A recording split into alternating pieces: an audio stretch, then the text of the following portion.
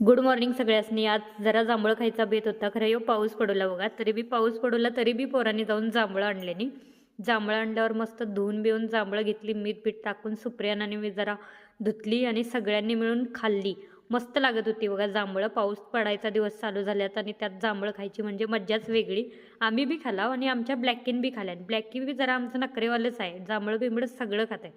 जांभळं खाल्ल्यावर बघितलं तर जीभ केवढी अशी पूर्ण निळीसारखी झालेली. त्याच्यानंतर मग जाऊन जेवलं, जरा भूक लागलेली. वहिनींचं नवीन संशोधन 31 नंतर 32 नाही.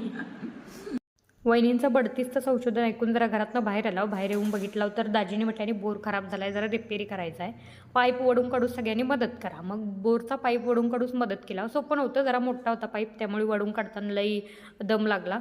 बोरचा पाईप वडून काढल्यावर मग ते बोर रिपेअरी करायला आलेल्याने जरा रिपेअरी करून दिला. पहिल्यांदाच बघितलं मी बोर रिपेअरी करताना.